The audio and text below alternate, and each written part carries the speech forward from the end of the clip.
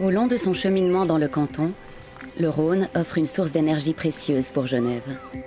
Genève, qui a toujours entretenu une forte relation avec sa campagne et sa nature.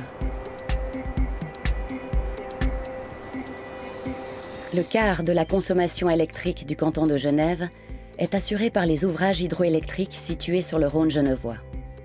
L'Arve, qui se jette dans le Rhône, emporte chaque année en moyenne 700 000 m3 de sédiments depuis la vallée du Mont Blanc. La moitié de ces sédiments viennent invariablement s'accumuler dans la retenue de Verbois, bloquée par le barrage. Cette sédimentation massive représente à moyen terme un risque d'inondation des berges en cas de crue du fleuve. La seule solution pour pallier à ce problème est d'abaisser complètement la retenue du barrage et d'ouvrir les vannes pour laisser s'échapper les limons. C'est la vidange.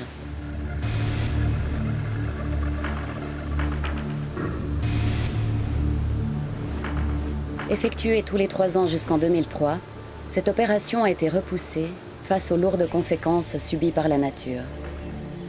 En effet, l'abaissement rapide du niveau du Rhône détruit un nombre important de nichées d'oiseaux situés sur les berges du fleuve.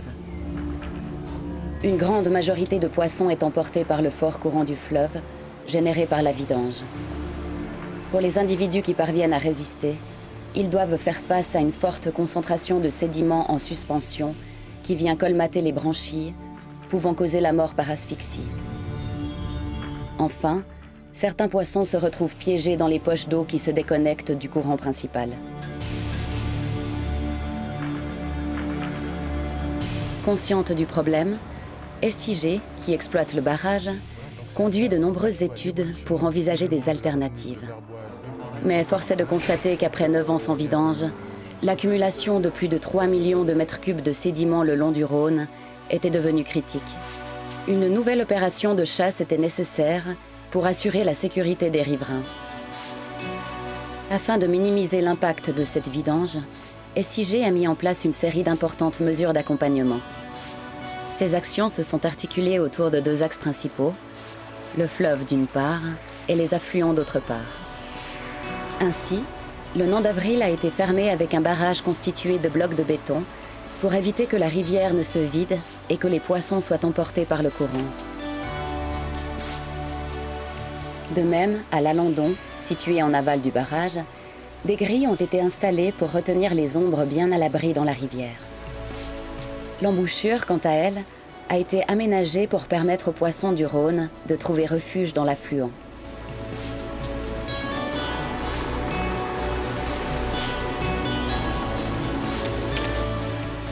Dans le Rhône, d'autres actions de prévention ont été mises en œuvre.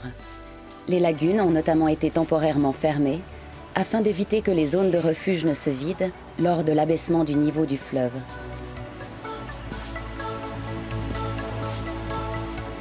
Par ailleurs, une grande opération de pêche préalable a été menée par des professionnels.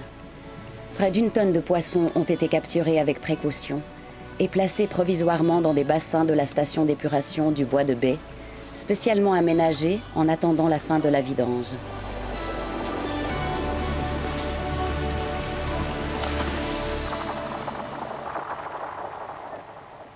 Les mesures d'accompagnement étant terminées, le barrage de Verbois a ouvert ses vannes le 9 juin 2012.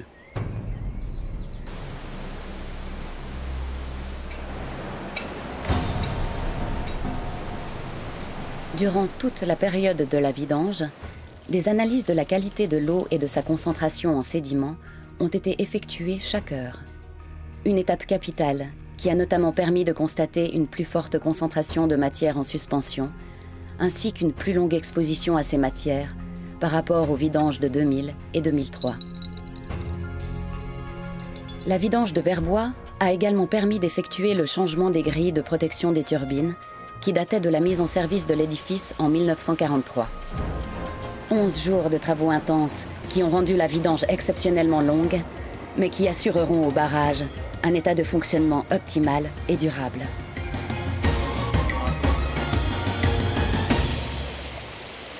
Les actions environnementales entreprises dans le cadre de cette opération ont contribué à réduire l'impact de la vidange sur l'environnement.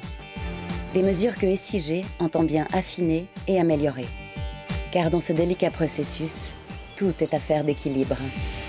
Si les mesures environnementales de la vidange 2012 ont permis de sauver plus d'1 tonne de poissons, l'impact des vidanges sur la nature reste très important. Conscient qu'il reste du chemin à parcourir, SIG et l'État de Genève continuent d'explorer, en partenariat avec les milieux environnementaux, de nouveaux modes de gestion sédimentaire. Des solutions qui contribueront, à l'avenir, à assurer la production d'énergie et la sécurité des Genevois, tout en respectant l'environnement.